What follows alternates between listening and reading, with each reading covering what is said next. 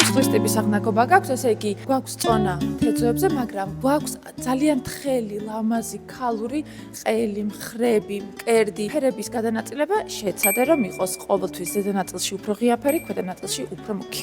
თუ ოთხკუთხედის ტიპის აღნაგობა გაქვს, ესე იგი, შენ გაქვს ათლეტური შეხედულების სხეული, რომელიც ყოველთვის ნებისმიერ ასაკში თინეიჯერი გოგოს აგებულებას მოგვაგონებს. უბრალოდ შევეცადოთ, რომ შევქმნათ ილუზია, ვაჩვენოთ სად გვაქვს წელი. მეტის ხრიკი ჩვენ არ გვჭირდება.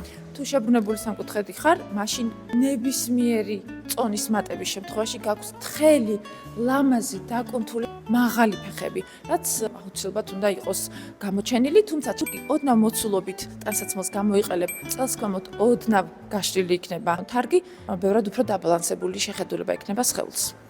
თუ ოვალის ტიპის აგებულება გაქვს, ესე იგი ეს ნიშნავს, რომ ყოველთვის თხელი კიდურები გაქვს ნაზი. უბრალოდ შეეცადე, რომ გამოაჩინო ყელის მიდამო უფრო მაღალი, ღრმა სამკუთხედისებური ჩაჭრით და დააფიქსირო წელი.